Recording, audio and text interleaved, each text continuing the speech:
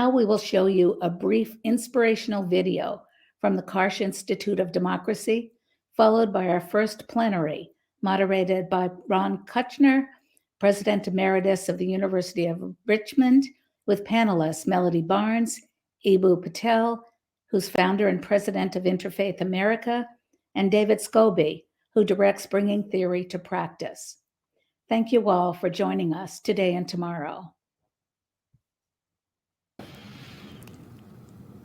I think our democracy today, we are wrestling with the friction between our aspirations and the reality of American life. Take a step back and look at the national backdrop. Change is necessary and students are feeling it. We see levels of distrust, tribalism. It seems chaotic, tumultuous. We have greater divides than we've ever had. Democracy is under threat. Now is time to look towards the new challenges we face. It's urgent that we wrestle this down right now, right here. We don't have time to waste. The Karsh Institute is putting a really important first step forward in leading this national conversation.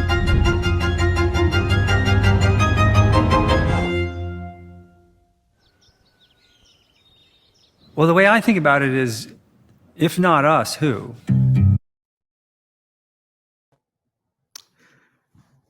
Thanks, Martha, and good afternoon, everyone. I'm pleased to be part of this discussion this afternoon about civic and democratic learning for a polarized world. And I'd like to begin by sharing a brief quote from Higher Education for Democracy, the final report by a commission and panel by President Truman in 1946-47. Quote, "The social role of education in a democratic society is at once to ensure equal liberty and equal opportunity to differing individuals and groups, and to enable the citizens to understand, appraise, and redirect resources and events as these tend to strengthen or to weaken our democracy, our liberties," end of quote. Now, to a great extent, that excerpt represents the what with respect to civic and democratic learning. In that brief video clip, President Ryan very succinctly points to the who, if not us, who. We have an expert panel joining us this afternoon in a discussion around the how for the next 50 minutes or so. I'm pleased to be joined by my neighbor and friend, Melody Barnes, Eboo Patel, whom I've known for many years, and David Scobey, in a discussion about how to develop campus cultures that teach, cultivate, and reinforce democratic norms. Several years ago, one of my mentees during a mentoring group here at the University of Richmond, we were talking about free discussion, and he made the statement that the residential college experience should be a crucible for learning how to live in a diverse democratic society. And by the way, Melody, that student is in his second year at the Batten School right now.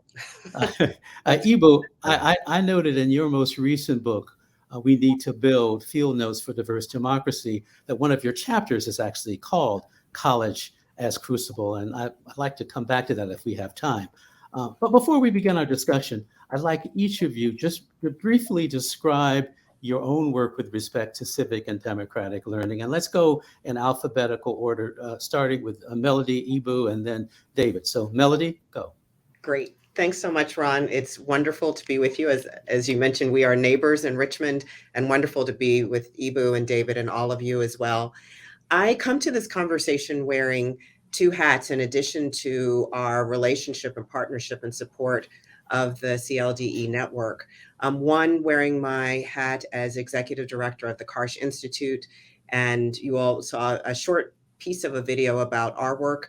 It's a pan-university institute dedicated to the work of addressing the challenges facing democracy, both here in the United States and internationally. And then I also wear my hat as co-chair of More Perfect, which is an organization that is working, really a network working across organizations focused on the advancement of 5 sustainable democracy goals. And we can talk about that further in our conversation. I'll turn it over to Eboo.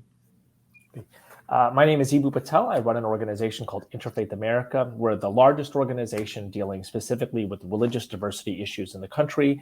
We work largely on college campuses. I think it's interesting to note that for centuries, political philosophers believed that religious diversity could not exist within a democracy. If you wanted religious diversity in a political entity, you needed to have a dictator to tamp down what were going to be, they felt, the inevitable conflicts that emerged.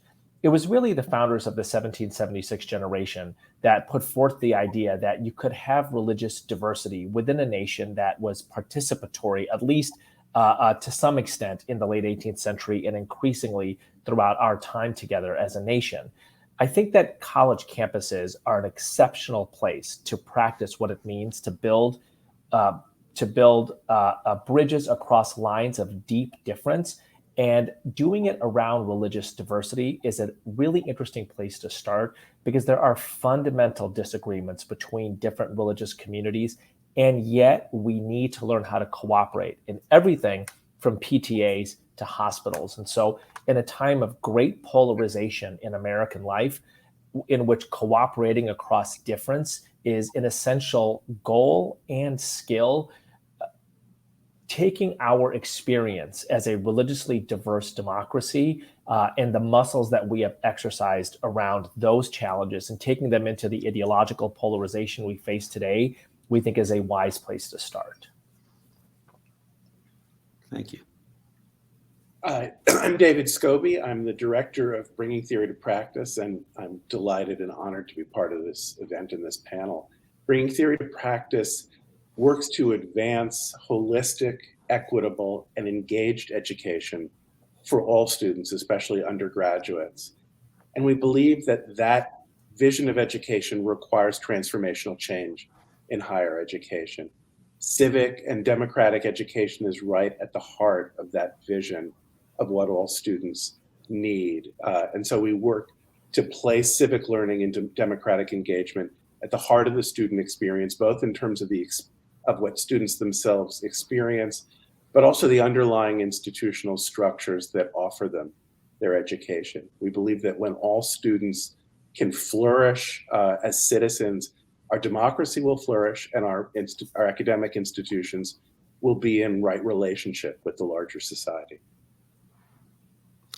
Thanks so much to each of you. So it's obvious that each of you is engaged in organizations that are deeply committed to college civic learning.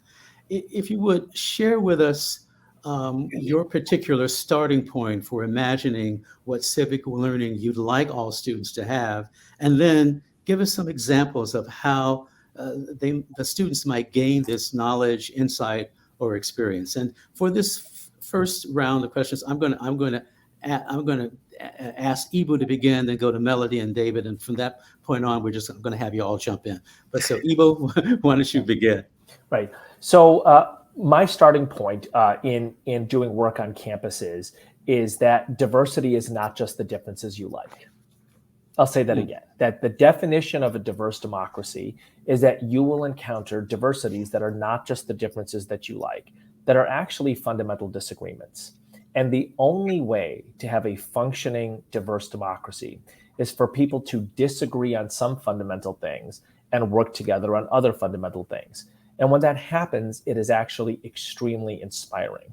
And the truth is, it happens all the time in our civic institutions. If you think about a typical hospital, you have a Hindu physician working with a Jewish anesthesiologist in a hospital started by a Catholic social order whose CEO is a Muslim, in a room that was sanitized by a Jehovah's Witness with a board whose chair is a secular humanist.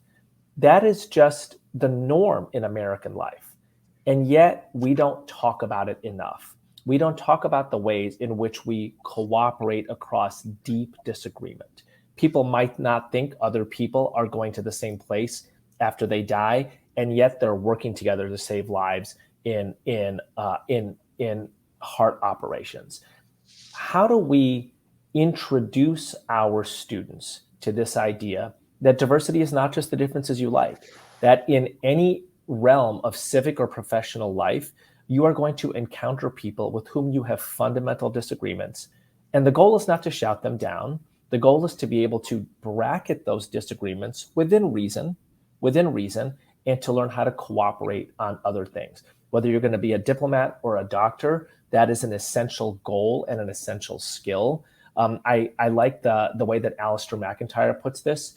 in his work on higher education. He points out that the job of the college campus is to initiate students into the conflicts that are inherent in a diverse democracy, and for the campus to be able to organize the discussion around those conflicts so well that not only are students formed in those goals and skills, but the rest of the society learns the practice of discourse around conflict from the college campus.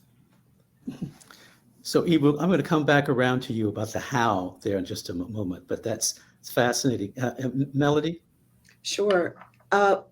Well, you all saw that opening clip, and at the end, there was a shot of the lawn at UVA, which was an area that was designed by Thomas Jefferson. And in 1819, Jefferson, Monroe, and Madison laid the cornerstone for the University of Virginia, this idea that it was important, it was critical to a democracy to have a place where a public university where individuals could be educated so that they could be the best citizens they could possibly be. Now, we all know the friction, and I mentioned this in the video as well, the friction between the reality and the aspiration of our democracy. The fact that everybody was, far from everyone was being educated at that point in time. But I think the idea, the mission is critical. And when we think about what that means today, I think about a few different things. One, having some facility in the history and in the norms and the institutions of democracy. It's hard to debate and to engage that which you don't know much about. One, the idea, and Eboo was touching on this, of being able to engage in a rigorous debate, to come to it with facts, enlightenment principles, to come to it with facts and information and data, to engage. Maybe it at the end of the day leaves you believing more firmly in what you believed in the first place. Maybe it's helped you shift your perception. Maybe you've completely changed your mind. But the ability to do that is inherent. It's very necessary to our democracy. And I would say the third component of that would be experiential learning. Being able to take the history, our understanding of norms, the ability and the tools and capacities for rigorous debate, and put those into practice. And in particular, I think for students to do that in a way that is compelling to them, that is interesting to them.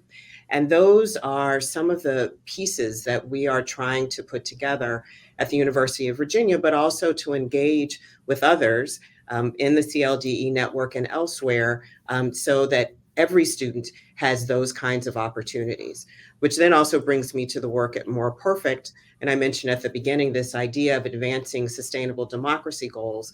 And one of the things that we're doing, is focusing on the goal of civic learning and civic education and making sure that that's equitable, making sure that it's ubiquitous, but B, also giving students practical opportunities, experiential learning, high impact opportunities to advance those goals and to engage with those with whom they may agree, may disagree, to actually figure out and think for themselves, how do we move some of these issues that are critical to the United States and elsewhere forward? The thing I will say in closing is that I also bring to this experience my practitioner hat. I'm sure all of you, everyone watching, will forget more about higher ed than I will ever know. I've only worked in higher education full-time for about 4.5 years now. Most of my career was in Washington in public policy. And I think that experience leads me to believe, because of what I've witnessed, because of the places where I've seen democratic practice and democratic institutions move forward successfully, where that's worked and why, and where it has not, that this is so important. So our work in building public service, in studying what it means to bring people together to talk across difference, what works and what doesn't, those kinds of very practical experiences at the University of Virginia and with More Perfect are so very important. Thank you, Melody. David. So in a spirit of yes, and I'm going to add a slightly different emphasis in describing my starting point. I would say that the great problem of living in a diverse democracy is that we share common problems and a common fate with people with whom we don't share common experiences and common values. And that means that building relationships and establishing trust across those differences is essential to what John Dewey called democracy as a way of life. And our crisis, our democratic crisis today, is in large part a crisis of non-relationship and lack of trust. So I would say one key starting point for civic learning for all students is having experiences of doing problem solving, especially problem solving outside of campus, with people with whom they're very different, have different experiences and different values across many different dimensions.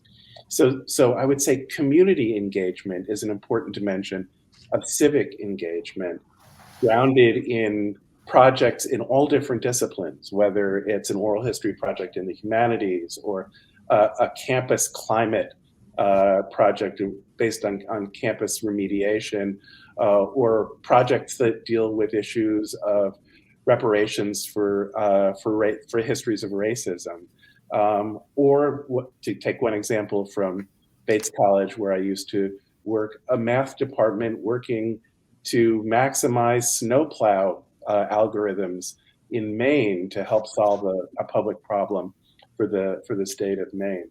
In all of these areas, problem solving across differences is a kind of training for larger issues of democratic citizenship, as long as the particular on the ground work also brings with it attention to the larger norms and systems and issues of power that Melody was talking about. So not instead of, but in addition to the practices of debate and argument and perspective taking and dialogue that happens on campus, I would say that doing problem solving in communities is a key starting point. Thank you, David. So Eboo, I want to go back to you and also to Melody with respect to the realities of, so a college freshman comes to a residential university or college. And, as we know, most of our students today are coming to us from segregated communities, either by class, race, sometimes political ideology. And fundamentally, most of them don't have an experiential base from which to develop relationships across difference. And so what are some ways that we can help students along? And and I'm thinking for the long term, not just kind of a one and done. Yeah, I've done my orientation and can check it off. Right. I'm reminded of a great scene in Tony Kushner's Angels in America. It's an early scene in that play where one of the Mormon characters meets one of the gay characters, finds out that the character is gay, and says, "We don't believe in gay people." And the gay character says, "We don't believe in Mormons." And what was so classic about that moment was there they were, physically proximate, speaking to each other in a bathroom, right, telling the other person they don't believe the other one exists, right? And of course we all know there are gay Mormons and et cetera, right? But it's this classic moment in this classic play when I watched it as a college student, and I realized, oh boy, you can't just wish people of identities you're uncomfortable with away. I'm going to say that again. You can't just wish people of identities you are uncomfortable with away, right? And let's take out the extremes in American life. Let's take out fascists, right? Let's take out violent anarchists, right? Let's take out the few percentage that might be represented there. The rest of people in American life, you're going to bump into at some point or another. And if your college education has mostly been preparing you to tell those people that you don't believe in them, right? Like you don't believe that in their existence, but there they are, and you're a doctor in a hospital where that person's a nurse, or you're a manager at a company where that person is an assistant, or you're a social service, you're a social worker at a company where that person is the director. That's a problem. So I actually think the single most important thing that college campuses can do is set the expectation. We are going to prepare you to learn, live, and lead in a world of people with whom you will disagree. Mhm. Everything you will do on this campus, is going to be to prepare you to live, learn, and lead amongst people with whom you disagree. And by the way, disagreement doesn't mean they're enemies, doesn't mean that there's constant tension and hatred. It just means that diversity is not just the differences you like. And so when you set that expectation, then a whole set of things follow from that. Are you acquiring the knowledge base and skill set and values and orientation to learn, live, and lead with people with whom you disagree? And one of the things that I think to myself, one way for a campus to know it's doing its job is if a student can come back 10 years later, 10 years after graduation, and say, here are the dozen places in my professional and civic and personal life that I encountered difference that I was uncomfortable with, and you prepared me to be a leader in those situations. Mm-hmm. If a graduate comes back and says, here are the 10 places I encountered difference I was uncomfortable with, and I had no idea what to do with it, college has not done its job. And thank you, Eboo. And Melody, I mean, I find that in dialogue, listening I'm a musician, so listening is critically important. And I always say to my students, when you sit down with someone with whom you don't agree, the goal is not necessarily to change their mind, but the goal is to listen closely so you have a better understanding of why they have why they have their perspective. You may not agree with it. That you may change, they may change, but change is not the point. Understanding is the point. Learning to agree and learning to agree to disagree. I couldn't agree with you more. And there was a piece of data that's just stuck with me that speaks to both what your question and your point, Ron and Eboo, and it comes from CCCSE, the Center for Community College and Student Engagement. And when asked over the course of the year students were asked, how often have you had a serious conversation with students who differ from you? 46% of those students said they had never had a conversation, ever, never. And I think back, and not even my college experience, I think about my elementary school experience, and I won't get into this, isn't the place or the time, but for various reasons, being in an environment with lots of students who were different, and the people I played with, and, I was at their houses, celebrating Hanukkah and, outside my own religious tradition, that has stayed with me for the rest of my life. So I think that is so important. And there are a few different ways I'll mention that we are approaching that at UVA. One, this past year, we started a program called Public Service Pathways. And it isn't just for students who want to go into public service, but students who are interested in any discipline, and whether or not public or private sector, nonprofit sector. And the first year of their experience, and again, we're starting just with first years and we'll build every year going from there, is an opportunity for reflection. And it is an opportunity to engage with what we consider to be the competencies that are necessary: civic identity, civic communication, civic commitment, community context, ethical action, and collaboration. And to reflect on that, and then to move from there in their second year to engage in a pathway of particular interest to them.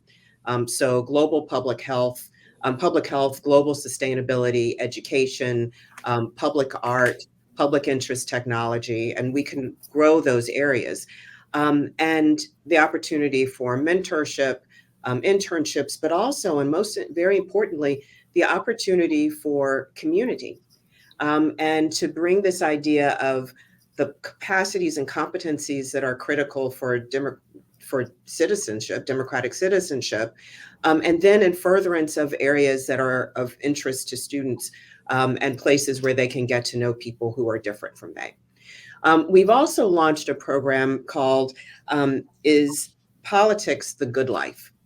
And the reason we did this is because we found so many students are interested, but tentative. And in fact, afraid in many instances of engagement, afraid of what they've encountered or how they've been perceived.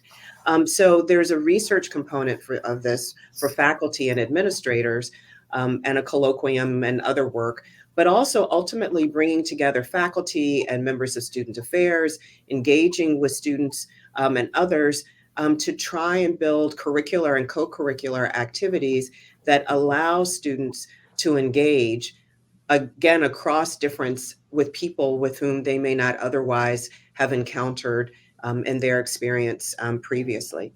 And then finally, and there are others, but the final example I'll give is a set of dinners that we've started. And we started in some ways with the obvious, with the University Democrats and the college Republicans. But what I found interesting, one is the way that they came together, student leaders from both of those groups, who ultimately said that they had to convince their colleagues that this was something that they should do. And I remember one of the students said she looked at her colleagues and said, look, you know, a lot of us are, let's face it, we are kids from Northern Virginia, Democrat or Republican. We've got so much more in common than we have that's different. Why can't we at least sit down and have dinner together? And they, over time, as students, brought their compatriots together, and with the idea that this was a good idea. And we had this first dinner. They've started doing projects together, but they've also started doing something or planning to do something that I think is in some ways at least as important. They want to have a kickball game. And I mentioned this example because it's also the ways that we engage with one another, where we aren't just bringing our political talking points to the table, but where we get to know one another. And again, I saw this in Washington. It's not just on the floor of the Senate or the House. It's not just in a conference room, you know, at the White House. It's the places where you otherwise get to know someone, to find out what you have in common, and the things that you don't, but the ways that you can engage with one another to try and move something forward, and to get out of the unfortunate practice of othering the other. Can I build on? I'm sorry. Please, no, please, David, please. So I want to connect what Melody just said to a thought I had listening to you reference your own experience as a musician. In our work with Bringing Theory to Practice, we make a distinction in this working across difference commitment between listening to and listening with. Because listening to, yes, you can sit opposite someone, hear them, respect them, and not go anywhere with it. Melody's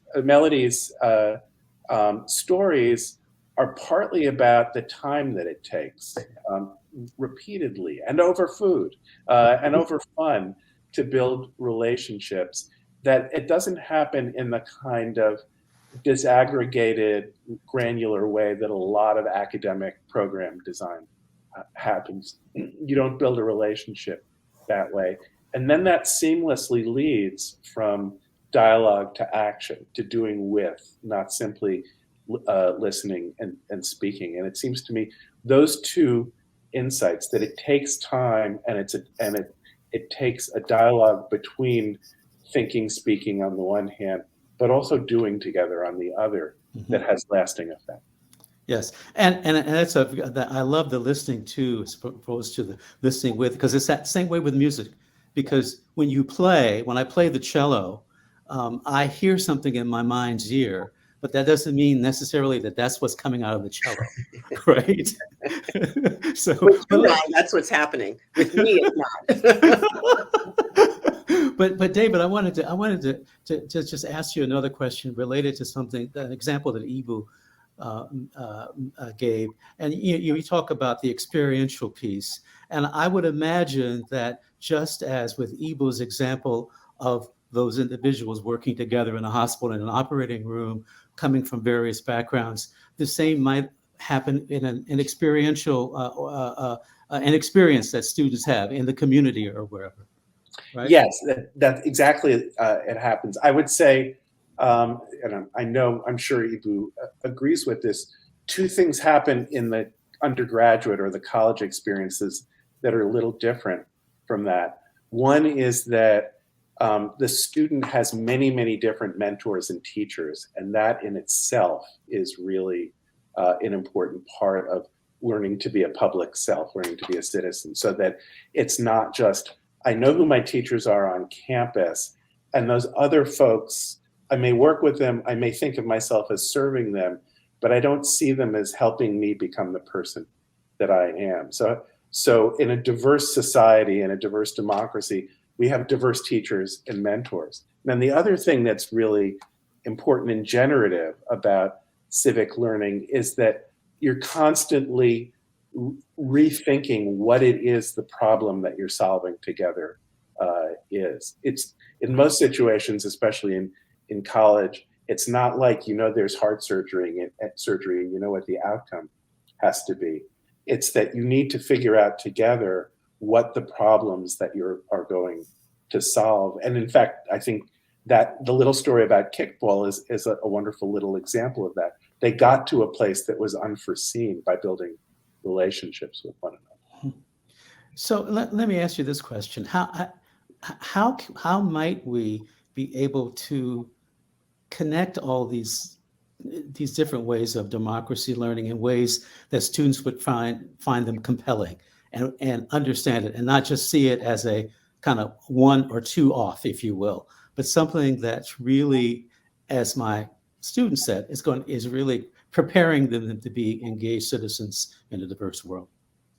I'll give a quick start if I may. I think this is implicit in the examples that Eboo and Melody have said. We need to overcome the fragmentation and siloing of the educational experience.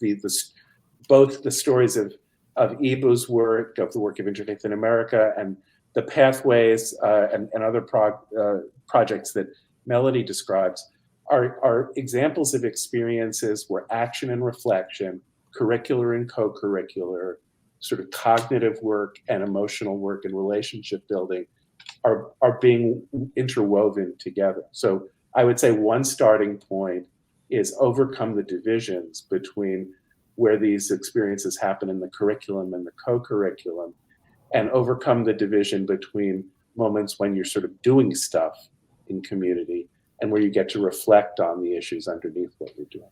Mm-hmm.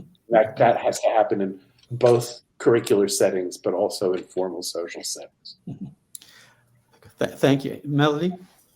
Sure. I'll jump in. I absolutely agree with that. And two, I will bring to the table my obsession with thinking about scale, because we can be program rich, but system poor. And so how do we ensure that these are ubiquitous experiences, both in 2 and 4 year, public and private, the list goes on. And there are a couple of things that come to mind there. One, I put on my more perfect hat, or I guess I'm wearing them both. But as I mentioned, one of our 5 sustainable democracy goals focuses on civic learning. And the desire there, and I would also say that we have to continue to focus more deeply on how to do this in the 2 and 4 year instance. But how do we use both public and private resources? And I mean money, but I also mean resources and thinking, systems thinking, to ensure that students have access to these opportunities. And so that's one of them. 2, I think about the crosswalk, and that's language that Dr. Karen Musil uses between K-12 and 2 and 4 year. There's sometimes we're focusing on K-12 over here, and then higher ed happens over here, and they are different systems, and students move from one to the other in sometimes circuitous ways. It's not always, as we know, I graduate from high school, I go to college, or I went to community college. So thinking about what those paths look like and how those two systems can better understand one another, but also talk to one another, so that we can reap the benefits one to the other, for students as they move through. one of the things that's always stuck with me from my time in government when we were hoping to bring more resources to two-year institutions is something like 2/3 of the American public will at some point touch a community college. What a rich opportunity to engage with not only 18, 19-year-olds, but 20-something, 30-something, 40-something, 50-something, and plus year olds in this way. And in addition to obviously what four-year institutions are doing. So I think about scale, I think public and private, and I think how can two big systems better talk to, understand, and complement one another.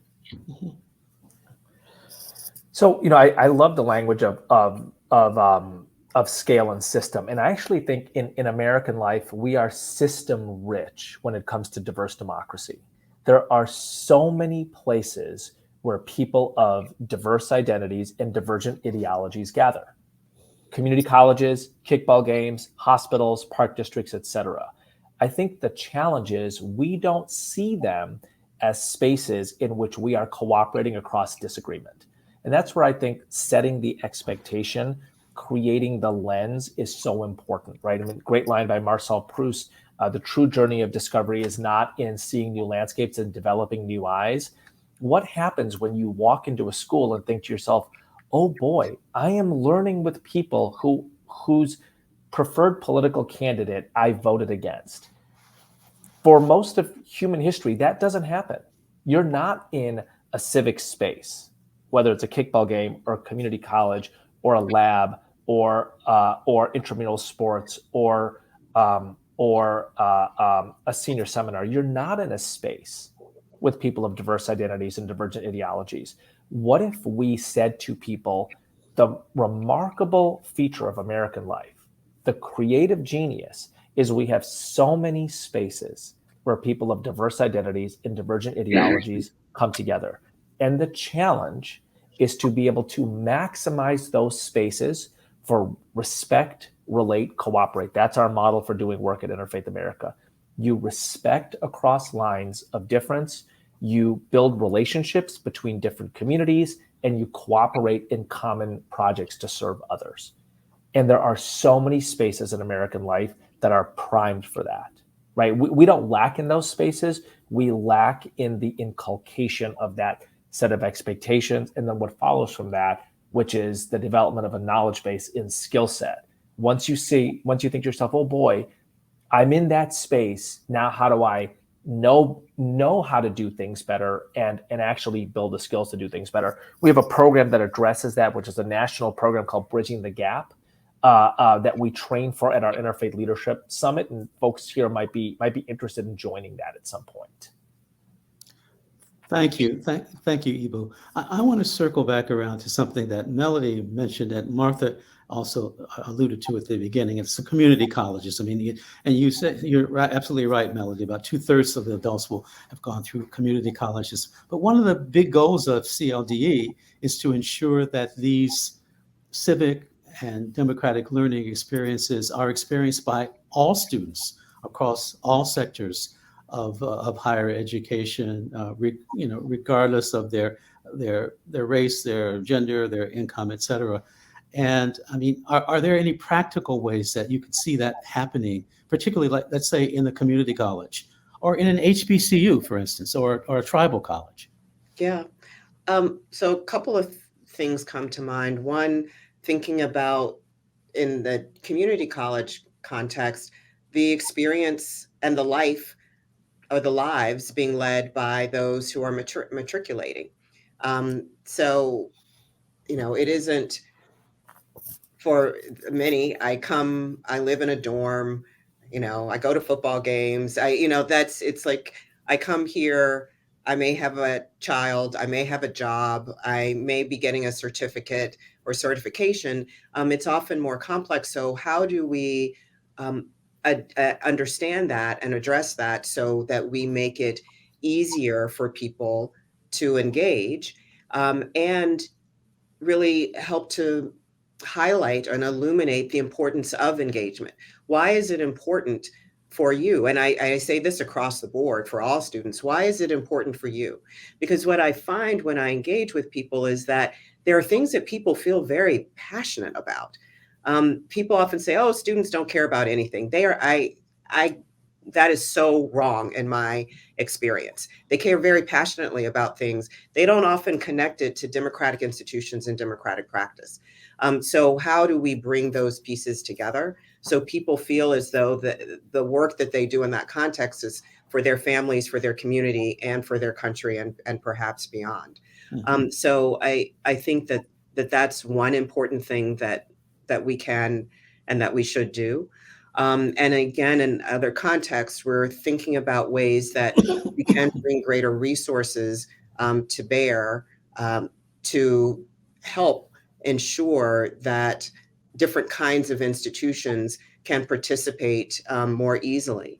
One of the things that we're doing with More Perfect, as we think about those 5 sustainable democracy goals, outreach that we have started to minority serving institutions, including, HBCUs, which you mentioned, tribal colleges, and others, public, private, large research institutions, et cetera, and thinking, how do we help build a grant program that supports efforts at those different institutions that are student and institution co-created, so that they can participate in the advancement of those broad goals. I mean, they are service learning, civic education, access to trusted media, also the bridging divides that Eboo and David have been talking about, and responsible governance and trusted governance. So what can we do to support efforts that are taking place, and do that in a way that we are also supporting a learning community where different institutions can learn from one another, both in furtherance of the goal itself, but also how students and institutions come to that work. What can we learn from one another that, again, we can put in the system and help to scale this kind of work? Nice. Well, actually, we have a question from one of the attendees, and it has to do with what does it take to activate those institutional community spaces as civic spaces? Well, let me give you one example. At the University of Richmond, when I was president, they still have a speaker series called the Sharp Viewpoint Series, and in that series, that space, which is a huge space large enough to hold 400 people, we set out some ground rules for how people were going to respond to the speakers, the questioning, et cetera. And afterwards would have opportunities for students then in small groups with faculty to discuss the topic that the speaker, whatever the controversial or whatever the topic was. And what I found after a while is students were hungry for more of that kind of interaction. And as one student said to me, we students really need help at learning how to have difficult conversations. We want to be engaged with them, but we don't know how to do it. Yeah.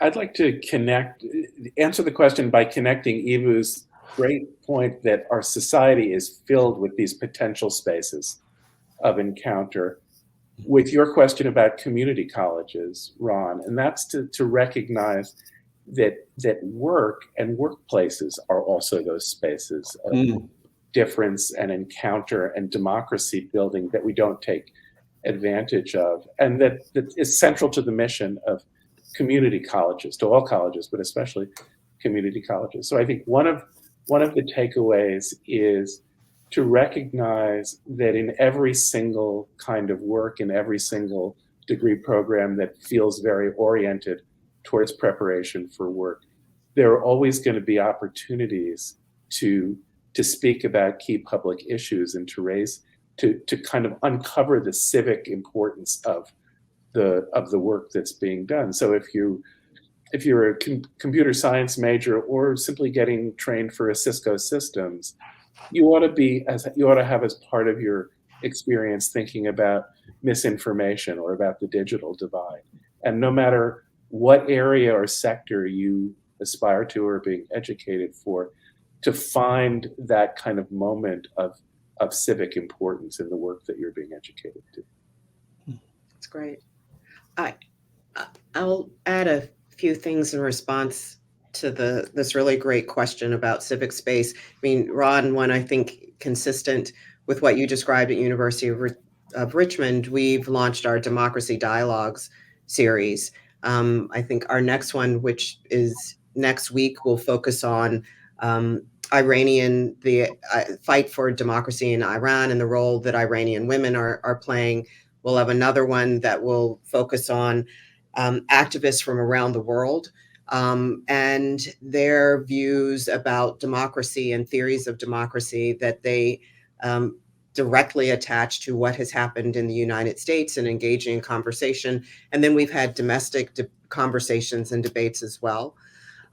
We'll also in the fall have our Democracy Biennial, which will be a couple of days of this kind of engagement, but not only the opportunity for people to hear interesting speakers, but also the opportunity for workshops or for people to engage, to learn from one another so that they can then take that information home to their campuses, to their cities, to cities and towns.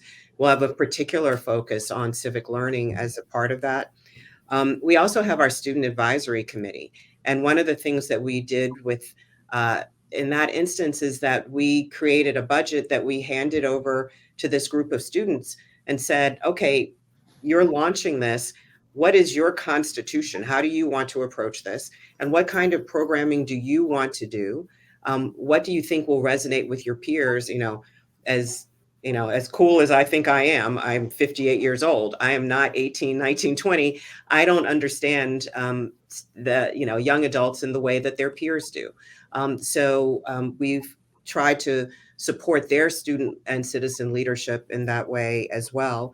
And we've also created what we call TXD right now, which is Talking Across Difference, a hub to try and bring together all these different efforts that are taking place on ground so people better understand how they can access them, where they can plug in, what's going on, the dinners that I mentioned. So we're focusing in lots of different ways and that talking across difference, but also how do you implement that in terms of activism around voting, around different issues that people care about, and participating in and seeing and listening and hearing people with different views discuss and debate those issues.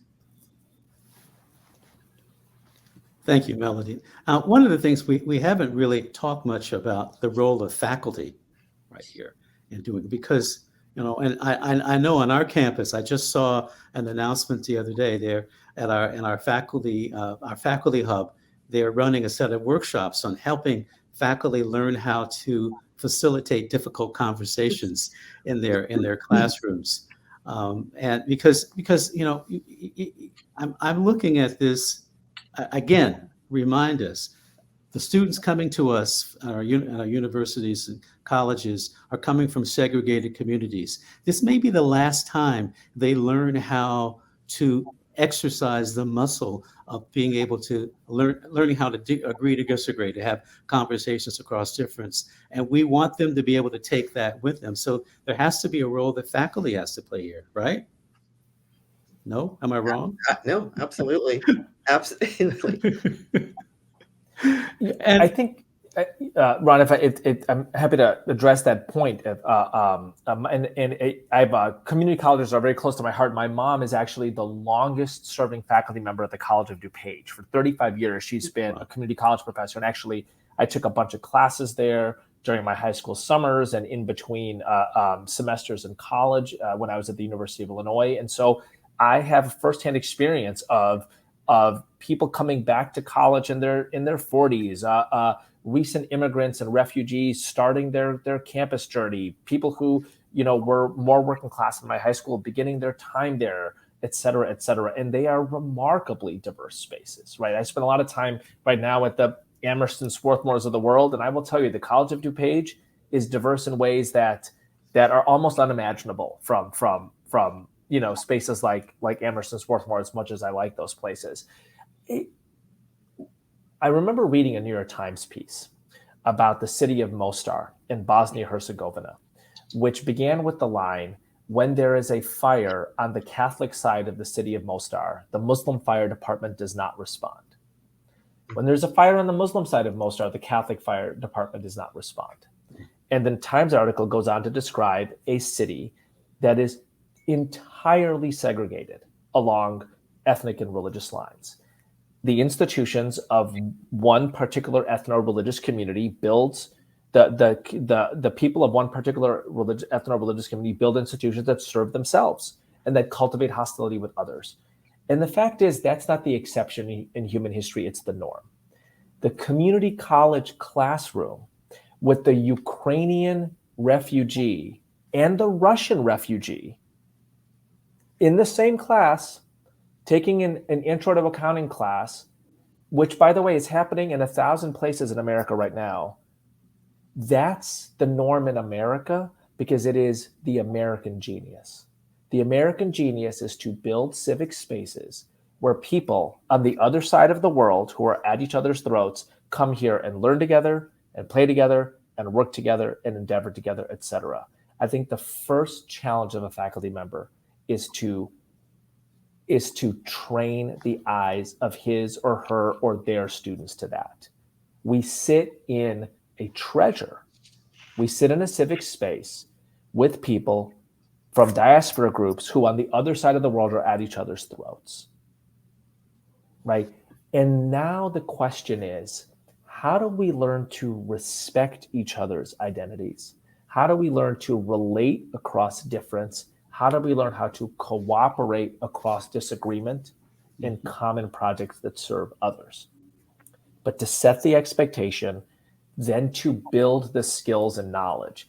And again, this is what we try to do at Bridging the Gap and bringing delegations of faculty, staff, and students to Chicago the first weekend of August every year to do precisely that, to realize the treasure that is in our civic spaces and to get the most out of it with a respect, relate, cooperate framework. Nice. Well, Eboo, I want to go back around to the chapter in your book that I mentioned at the beginning, because part of the, we live in an increasingly polarized world now.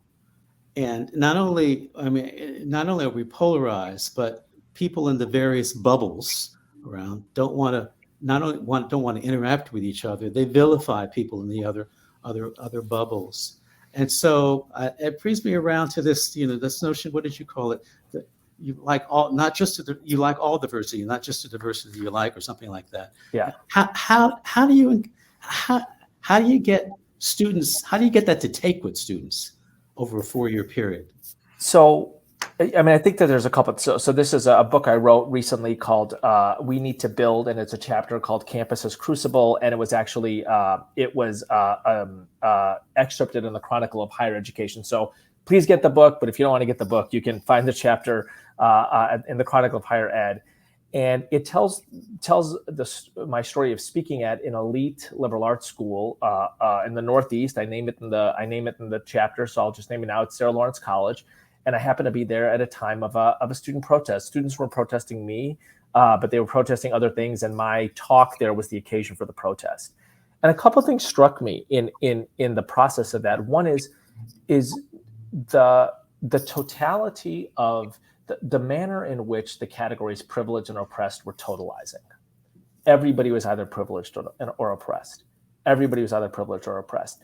And the students who were speaking took the claim of the oppressed and took the mantle of the oppressed. And it was hard from the stage to say, listen, your education costs $75,000 a year. That is higher than the median household income in America. That's higher than the median household income in America. And whether you're footing the bill or not, somebody is. And part of what being educated is, and note, I say this with an even voice. I'm not mad at anybody. I was 19 years old too at one point. Part of what being an educated person is making judicious conclusions against the wide nature of the nation and the world. And I think the totalizing categories of privileged and oppressed set against a world of 8 billion people where half of them make something like less than $6 a day. They're blunt categories. They're blunt categories that I think are far less helpful than their ubiquity would suggest. And I wanted you to talk about that because it seems to me, if indeed a democracy thrives by, having competing ideas, perspectives, you have to learn to put things into perspective, and there has to be a sense of humility, which I quite frankly find. I mean, I'm 75 years old, so I'm old enough to be my students' great grandfather in some cases. But I find there's very little humility and willingness to give people the benefit of the doubt, and the notion of learning to agree, disagree doesn't work if you don't have that. I mean, Melody and David, what do you think about that? You want to go first, Melody? Well, I actually I have a question here as well, which is those are blunt instruments lodged against individuals, and having been called both, and I'm curious if there's a division or some kind of division between the individual and the systemic, and what role that might play as well. The systems that over time have been built to operate in a particular way, and do, and how we address those systems. And Eboo, what you were identifying as being, one, an issue of context, and two, just a blunt instrument to use consistently against, your peers and other individuals. So I was just thinking about that as this was being discussed. Thank you, Melody. David?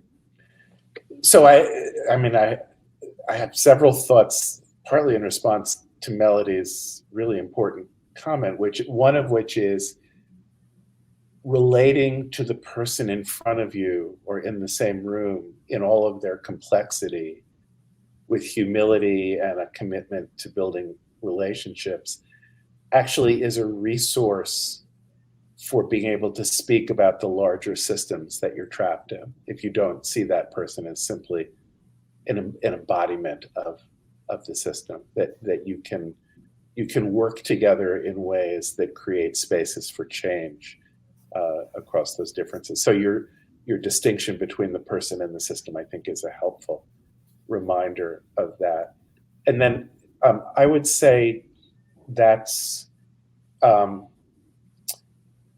one of the things that I really try to stress in thinking about polarization and polarized identities and higher ed is that we often tend to think, and this is a blunt way of thinking about it, that academic spaces and institutions are deep in a blue America, utterly at odds with a red America.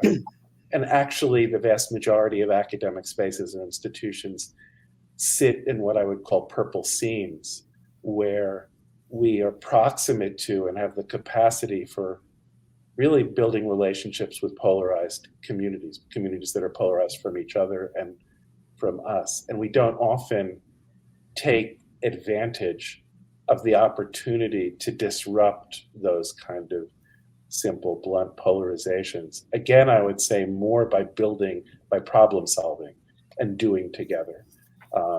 That needs to be the ground for thinking and talking together. But I think it's a fault of not just students, but faculty and institutions, that we don't seize the opportunity to work on that purple seam and try to change the dynamic between communities that we're distant from.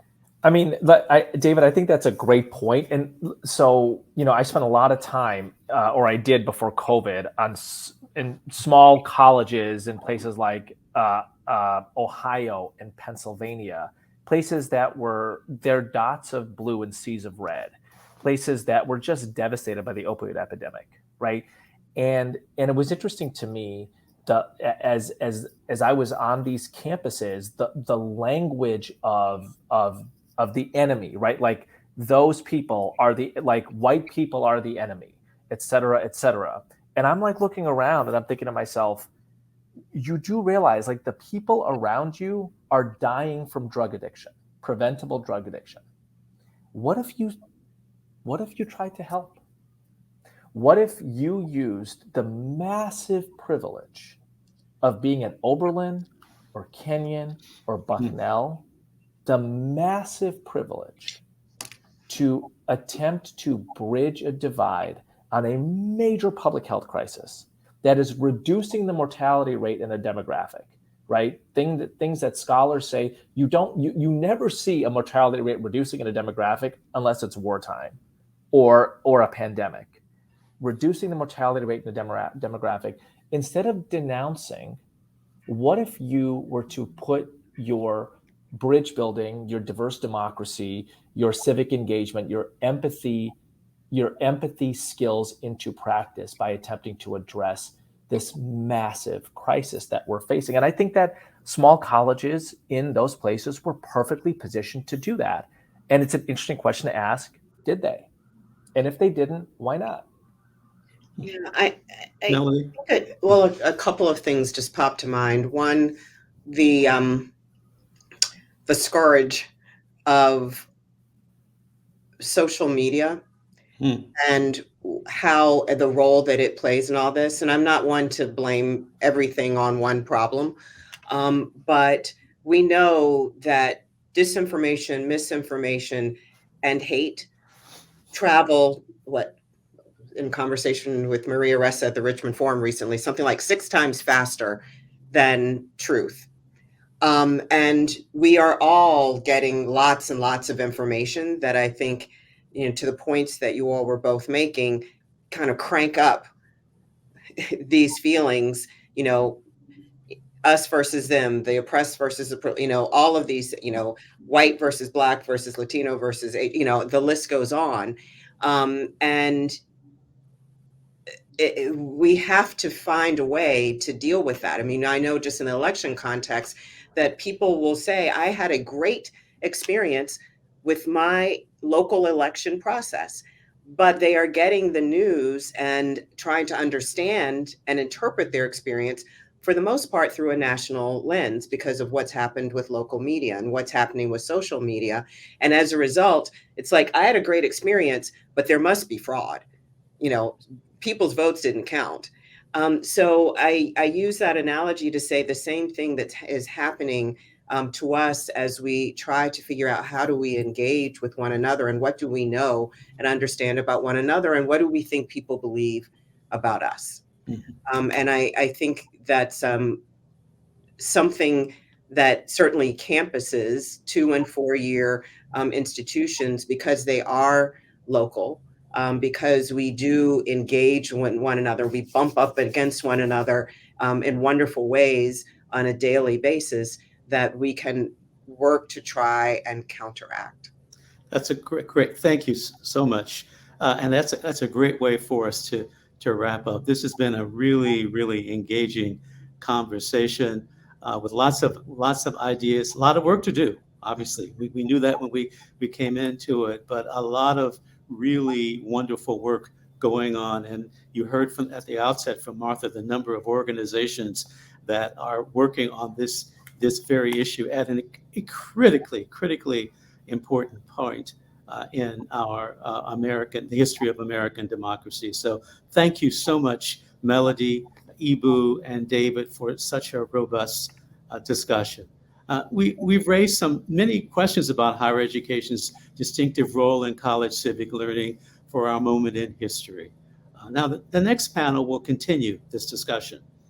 10 states already require a college-level civics course, and many national leaders, including Richard Haas, one of our forum speakers on Tuesday, want to see every college and university adopt such a requirement. We've invited 4 scholars to explore the pros, cons, and possibilities of a required civics course through the lenses of their own teaching and leadership experiences.